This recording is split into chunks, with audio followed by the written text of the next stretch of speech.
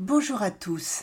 Aujourd'hui, je voulais vous présenter Magali Darnay, qui me suit en métakinésiologie par vidéo et qui m'a vraiment aidé à sortir de l'après-cancer. Alors, à tout de suite, après le jingle. Bienvenue sur Salade de crabe, le podcast qui vous apportera des aides pratiques, des conseils et des témoignages pour mieux vivre cette période. En 2022, j'ai traversé 3 cancers et j'ai à cœur de vous partager tout ce que j'aurais aimé savoir à l'époque. Que vous soyez malade, aidant ou thérapeute, vous trouverez ici des ressources pour mieux comprendre ce que l'on vit en temps réel. Alors, bienvenue sur ce podcast et bonne écoute.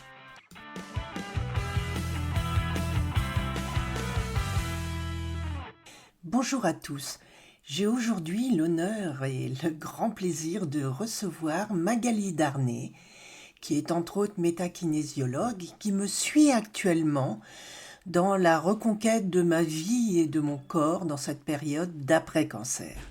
Je dois dire qu'elle m'a totalement bluffée, car en quelques séances, elle m'a vraiment permis de prendre conscience de mes blocages qui remontaient à très très longtemps et de passer par-dessus, et par là même de me libérer. Car je cherchais absolument à repartir d'un nouveau pied et à refermer la porte du cancer. Donc Magali, bonjour, et je te laisse te présenter à nos auditeurs. Bonjour Françoise, écoute, c'est vraiment une joie immense pour moi d'être là, de partager ce moment avec toi. On en a partagé d'autres, mais pas de cette façon. Donc c'est encore une nouvelle rencontre, une nouvelle façon d'échanger. Et je suis vraiment très touchée par ton invitation, à laquelle je réponds avec grand plaisir. Donc je vais tout de suite rebondir sur ce que tu disais juste avant de me présenter. Parce que tu disais que tu avais eu un besoin d'accompagnement sur ton après-cancer et juste, je voulais intervenir sur le fait que moi, j'avais eu une lecture quand on avait échangé, qu'il y avait un besoin, qu'il y avait une sorte d'appel en fait qui était conscient ou inconscient sur le fait de pouvoir avancer, de pouvoir dépasser quelque chose qui te figeait dans l'instant et que c'est avec cette lecture-là, en tout cas, ou cette perception-là, que je me suis autorisée à te dire est-ce que tu as besoin d'aide parce que j'avais le sentiment qu'il y avait quelque chose à faire sur ce terrain. Donc ça, c'était pour comment on en est venu à cet accompagnement et donc, que je développerai tout à l'heure. Et pour me présenter, donc, je m'appelle Magali Darnay, je suis thérapeute en kinésiologie transpersonnelle. Donc on parle aussi de métakinésiologie parce que je travaille maintenant à distance un peu d'une autre façon. Coach de vie, podcasteuse, musicienne, chanteuse, chef de chœur également. Donc voilà, j'ai plusieurs cordes à mon arc. J'aime bien ça. C'est à ce rythme-là ou à cette richesse-là que je me sens vraiment vibrante et vivante. Donc ça, c'est pour ma Oui, présentation.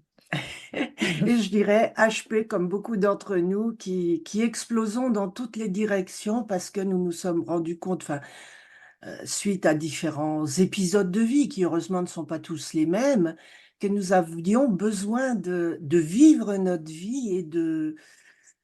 J'ai en moi cette impression d'explosion, de partir dans tous les sens parce que la vie est tellement riche, il y a tellement de choses à faire qui nous plaisent que, eh bien, certains diront qu'on se disperse, mais au contraire, on vit, mais à 200 à l'heure. Et c'est ça qui est génial et que j'expérimente encore Ouais, plus maintenant parce que je j'ai suis- éliminé ces blocages. Et justement, ce qui m'a bluffé avec toi, c'est que d'une part, tu le fais par visio, donc ça c'est impeccable parce que nous habitons à plusieurs centaines de kilomètres de distance. Et mais surtout, tu mets le doigt sur ce qui ne va pas. Alors en clair, je savais que j'avais des blocages et Magali a les outils pour revenir en arrière et pour dire ça s'est passé il y a une semaine, un mois, un an, éventuellement telle date. Et ces dates ont correspondu avec eh bien, les mauvaises expériences que j'avais faites pendant mon parcours cancer, sur lesquelles je ne reviendrai pas, mais c'était vraiment bluffant parce que j'avais ressorti mon vieux calendrier où j'avais noté tous mes rendez-vous et les dates que tu donnais, ou les semaines, à quelques jours près, tombaient quand j'ai eu vraiment ces expériences très choquantes, traumatisantes même, avec certains soignants. Alors, comment fais-tu? Peux-tu expliquer en quelques mots, parce que on ne va pas faire non plus Oui, j'ai essayé d'expliquer.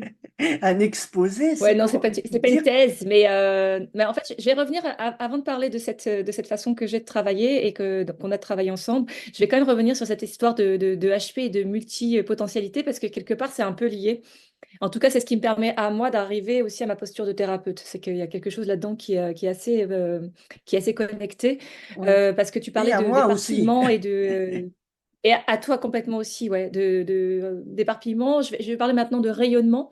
Parce que je crois qu'on est des profils qui sont donc multidimensionnels et ça peut paraître très désordonné parce qu'on a beaucoup de domaines qui nous intéressent, enfin, voire peut-être tous les domaines qui nous intéressent.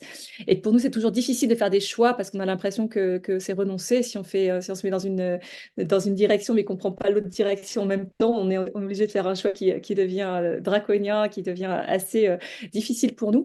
Mais je me rends compte aussi que le fait d'avoir des multicartes, c'est vraiment à ce moment-là que je me sens complète. C'est-à-dire que si je fais une seule activité, je peux la faire à fond. Ça me décentre en fait quelque part parce que ça ne...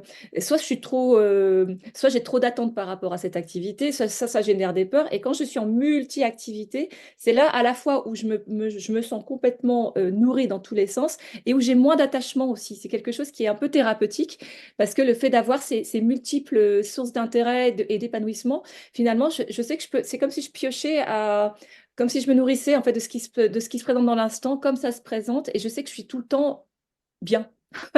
Je me sens tout le temps bien. Donc c'est un multi-rayonnement qui fait que à cette échelle-là, je me sens vraiment vibrante et vivante. Et si je ne fais pas ça, j'ai déjà essayé plein de fois parce que on m'expliquait que c'était pas ça le fonctionnement des humains. Chaque fois que j'essaie de faire autrement, en fait, c'est comme si je mourais à l'intérieur. C'est vraiment de cet ordre-là. C'est une mort intérieure.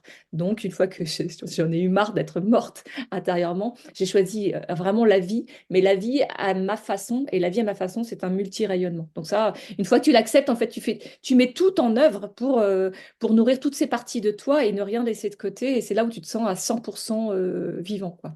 Donc ça, c'est Oui. pour le côté multidimension. Et si tu le Alors, comprends pas, c'est vrai que tu peux avoir beaucoup de frustration et de vide d'énergie parce que tu remplis pas tout ça de toi, en fait. Tu vois, donc et tu vois, il faut comprendre ouais. qu'il faut s'animer et s'activer, quoi. Et je vais rebondir là-dessus parce que c'est vraiment ce que je ressens et que beaucoup de personnes ressentent dans l'après-cancer, parce qu'on se rend compte que la vie est très courte, qu'on en a, je vais pas dire perdu, mais à essayer de rentrer dans un cadre qui nous a été imposé par la société, c'est-à-dire le rêve qui nous a été inculqué, c'est marier, deux enfants, une maison avec une barrière blanche, un chien, enfin deux enfants et demi, un travail qui rapporte beaucoup d'argent, même si on meurt intérieurement dedans, une belle position, deux voitures, enfin voilà, c'est vraiment le schéma que nos parents nous ont inculqué, mais avec la meilleure volonté du monde, et beaucoup d'entre nous ne se reconnaissent plus là-dedans. Et justement, Mm. l'après-cancer, c'est le moment où on se rend compte qu'il y a un avant, un après, sans vraiment savoir où aller dans l'après. Et bon, j'avais également, comme toi, fait cette démarche. Ça fait quoi, 20 ans maintenant que je travaille sur moi à différents niveaux. Et ça aide d'avoir des gens qui vous aident à prendre conscience qu'il y a d'autres portes qui s'ouvrent et que c'est pas parce qu'on vous a dit que c'était ça que ça doit être ça. Et c'est en ça que je te remercie et que je trouve vraiment que ce que tu fais peut être très, très utile pour les personnes qui sont paumées, qui se cherchent, qui ne veulent plus. Alors, je ne vais pas dire de leur vie d'avant, mais d'une partie de leur vie d'avant dans lequel elles mouraient à petit feu. Moi, c'était le cas de mon job, parce que, bon, pour diverses raisons, un cadre répétitif où on se rend compte qu'on ne sert pas à grand-chose et un cadre étouffant, enfin, de non-reconnaissance des institutions, etc. On ne s'épanouit pas dans ces cadres-là. Et donc, c'est toxique. C'est vraiment, vraiment toxique. Et d'ailleurs, en cancer, on parle d'épigénétique, c'est-à-dire il y a tout ce qui est autour de nous, aussi bien cadre de vie physique que cadre de vie mental. Et quand on ne se réalise pas, quand on meurt à petit feu, quelque part, notre corps, il sait nous le dire. Et ça peut influer, je ne dis pas que c'est la cause, ça peut influer dans l'apparition de maladies chroniques, voire de cancer. Et absolument, c'est vrai que le contexte dans lequel une maladie survient est généralement très parlant, en tout cas de l'état général dans lequel on est et de ce qui a pu contribuer à ce que ça puisse advenir en fait. Donc ça, c'est vraiment important d'en avoir conscience parce que on doit c'est toujours un système de fouille, en tout cas, et d'analyse, de se dire qu'est-ce qui se passe à ce moment-là pour vous, dans quel état vous étiez, qu'est-ce que vous avez vécu, qu'est-ce qui était important ou pas important, qu'est-ce qui était de l'ordre de l'épreuve ou de l'ordre de quelque chose que vous ne pouviez plus supporter, etc. Donc ça, c'est vraiment, le contexte, il est vraiment fondamental, l'environnement également, pour comprendre le sens du moment où la maladie peut se révéler, en fait, ou s'exprimer. Ouais. Donc ça, Et c'est je vraiment un précise point qui est juste, fondamental. oui, mais je précise une chose, sans rentrer dans la culpabilité. C'est ça, ce n'est pas de Absolument votre pas. faute si vous avez un cancer. Vous ne l'avez pas créé. C'est que quelque part, enfin, votre corps a dit stop et un cancer est multifactoriel. Donc, c'est pas uniquement cela, Complètement. mais cela peut influer. Oui, c'est vraiment sur un plan factuel et informatif, en fait. On prend l'information et on observe la situation de façon détachée des émotions et surtout sans jugement. Donc la culpabilité, elle a toujours une forme de jugement. Donc là, c'est vraiment pas ce qui nous intéresse. Nous, on essaye de comprendre ce qui se passe pour mieux se connaître et pour pouvoir avancer. C'est ça qui est intéressant. Mm. Donc là, je voulais juste revenir sur cette histoire aussi de modèle.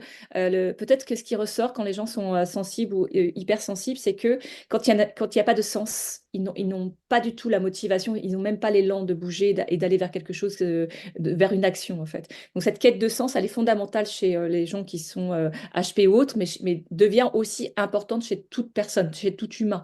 Mais c'est vrai que chez les hypersensibles, c'est tellement fort que sans le sens, ils n'avancent pas. C'est-à-dire, c'est au même titre que l'oxygène, quoi. C'est un bouton, c'est un switch. Il y a le sens, je peux y aller. Ça fait pas sens pour moi, je peux pas le faire, en fait. Je peux pas.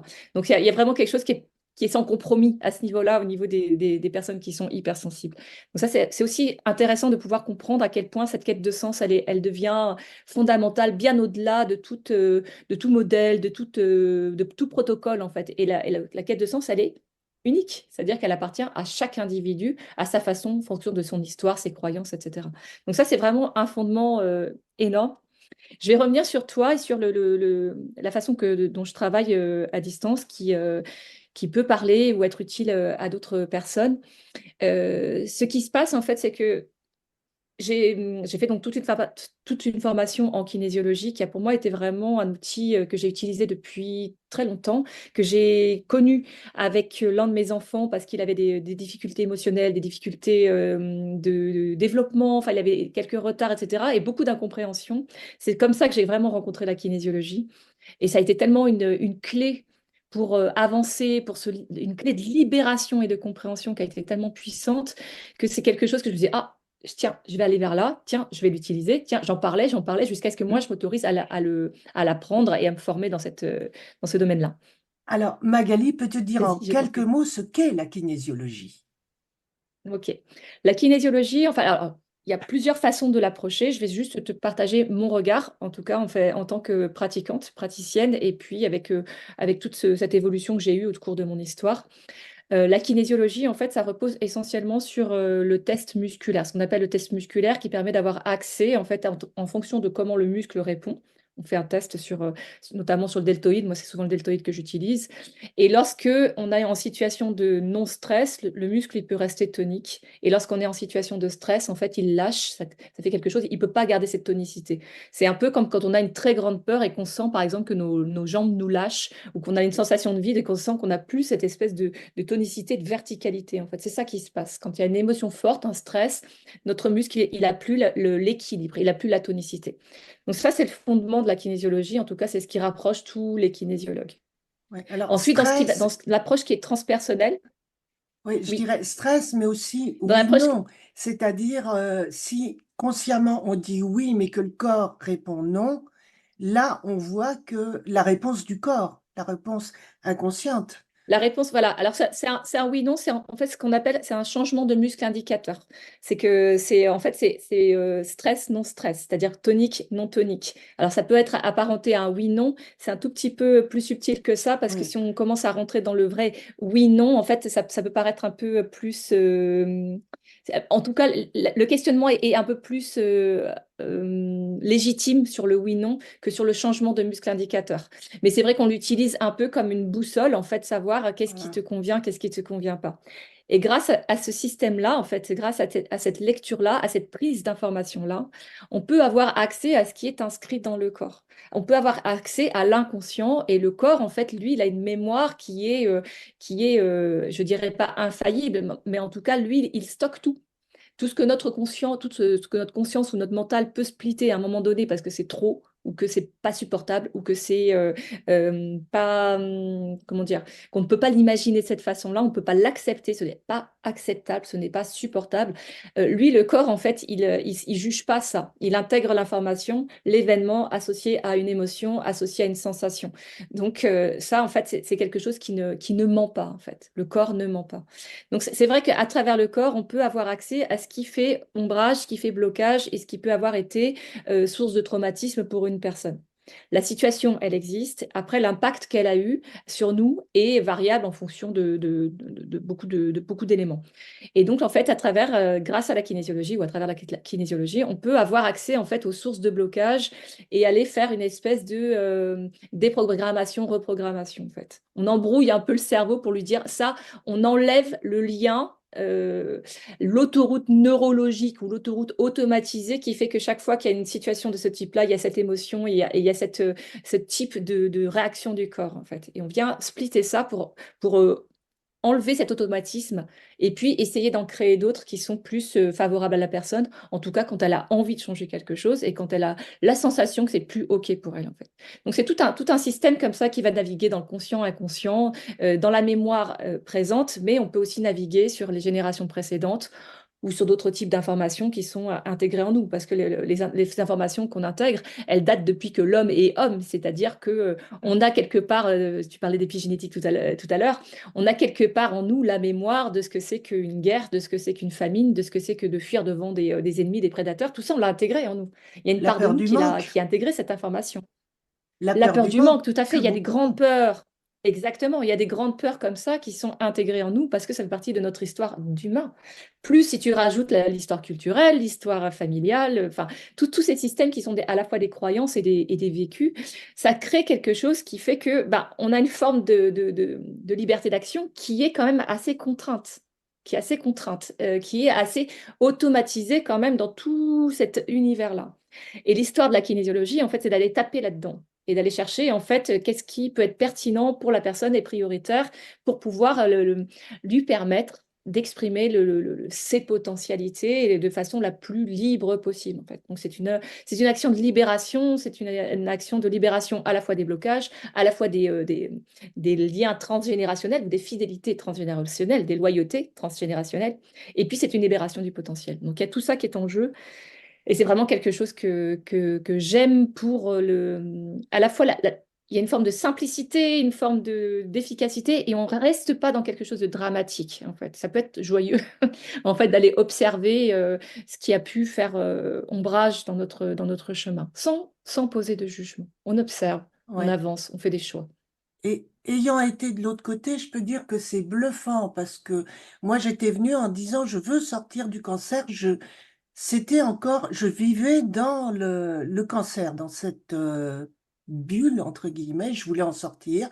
J'avais essayé diverses techniques, mais je me rendais compte que je m'étais pas dissociée. J'étais toujours un peu dans la colère de ce que j'avais vécu, enfin subi, enfin dans ce genre d'émotions. Et c'est là que je t'ai demandé de l'aide, que tu m'as proposé et que j'ai accepté.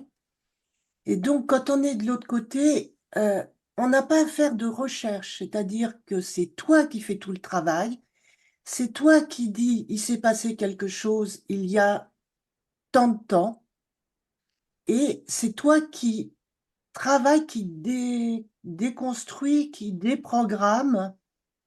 Nous, en tant que patients, de l'autre côté, en tant que personne, on a juste à répéter des phrases, à respirer, à se détendre.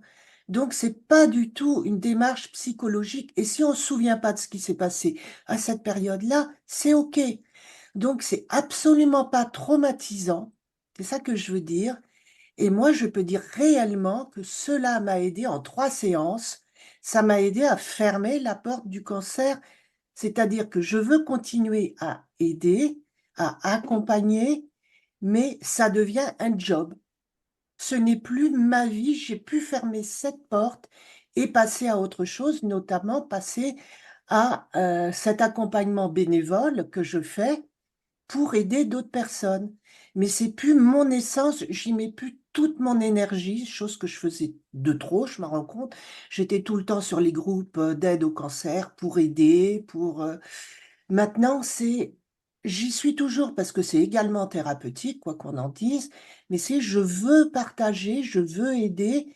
Mais enfin, quand je dis c'est un job, c'est une partie qui me permet de revenir dans la vie active, entre guillemets, parce que c'est quoi, une demi-heure par jour, parce que j'en ai pas là non plus la concentration, l'énergie de le faire, mais ça devient quelque chose qui est dissocié, voilà, totalement Complètement. dissocié de ma vie. Et c'est en ça que Et je trouvais là, je vais... intéressant. Oui, oui.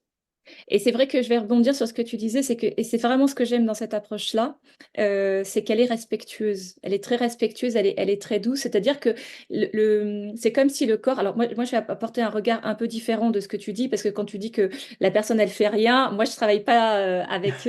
Enfin, En fait, mon sentiment, mon regard, c'est pas que c'est moi qui fais, en fait, c'est que j'ai fait une lecture. Mais ça, je vais le développer après. ouais, Mais je voulais juste te dire que c'était très respectueux parce que c'est comme si le corps ou la personne ou ce qui émanait de la personne avait la sagesse de savoir jusqu'où on peut aller en fait, jusqu'où oui, on peut aller aujourd'hui, jusqu'où je veux bien dévoiler des choses et jusqu'où je veux bien les creuser et qu'est-ce que je veux bien dire en fait. Et c'est OK en fait. Et ça c'est très, pour moi c'est vraiment, c'est pas du tout intrusif, c'est complètement le contraire de ce qui est intrusif.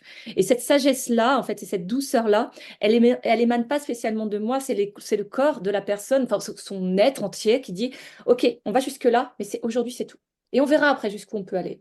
Et parfois, on peut aller naviguer très très loin dans le transgénérationnel, et parfois, on va juste dans 3 mois. Et parfois, on va dans dans la petite enfance. Et les informations qui sortent, en fait, elles aussi, elles sont pas là pour mettre la personne à l'envers, en fait. Elles ouvrent des portes. Mais oui. elles ouvrent des portes dans la douceur et vraiment dans une dynamique d'amour. Donc ça, c'est vraiment fondamental. Là, je voulais revenir là-dessus. Pour ton cas, toi, ce qui était vraiment très... Enfin, moi, ma lecture, en tout cas, de ce qui se jouait, c'est que en fait, tu avais fait comme une pause, en fait. Tu t'étais arrêté pendant 1 an de vivre parce que tu n'avais pas intégré quelque part, Deux 2 ans ans. même, tu n'avais pas intégré en fait que tu avais fini que tu avais clos un chapitre et tu étais resté quelque part figé dans l'attente de est-ce que je vais vivre ou est-ce que je vais mourir et que tu t'étais pas du coup autorisé ou tu n'avais pas pu intégrer le fait que le mouvement de la vie était encore là et il s'était arrêté en toi. Et ça, Et- c'était vraiment très, très marquant et très, à la fois très touchant, mais aussi on pouvait comprendre pourquoi tu n'avais plus l'élan, tu n'avais plus la motivation de te lever le matin et de te mettre en action et d'être dans la vie, en fait, de reprendre le goût à la vie. Donc ça, et ce c'était qui, vraiment ce qui se passait, ce qui se jouait, l'enjeu oui. majeur. Et ce que je voulais dire, ce qui est vraiment bluffant, je redis encore ce mot, je le dis et je le redis, c'est que moi, consciemment, avec mes outils comme le l'EFT, enfin, j'avais tout fait pour m'aider pendant cette période, je n'avais pas l'impression que j'étais bloquée dans cette peur de vivre, de me remettre à vivre. Et tu m'as aidé, Mais je dois dire effectivement, tu l'as trouvé, voilà. Mais quand même, je dois préciser que tout le travail que tu as fait en EFT, c'était quand même quelque chose qui t'a fait aussi gagner du temps parce que tu n'as rien laissé de côté. Tu as quand même été quelqu'un qui était dans l'action en permanence, qui cherchait à traverser tous les moments difficiles avec le plus d'outils possible, le plus de ressources. Et tu n'es pas resté à tout encaisser sans bouger, en fait. Tu es resté quand même dans ce mouvement-là. Et ça, je pense que c'est quand même quelque chose qui entre en jeu dans le fait que ça a été très rapide après. Tu vois, même si toi, tu avais encore besoin d'autres déclencheurs, tu as quand même eu ce travail où tu as quand même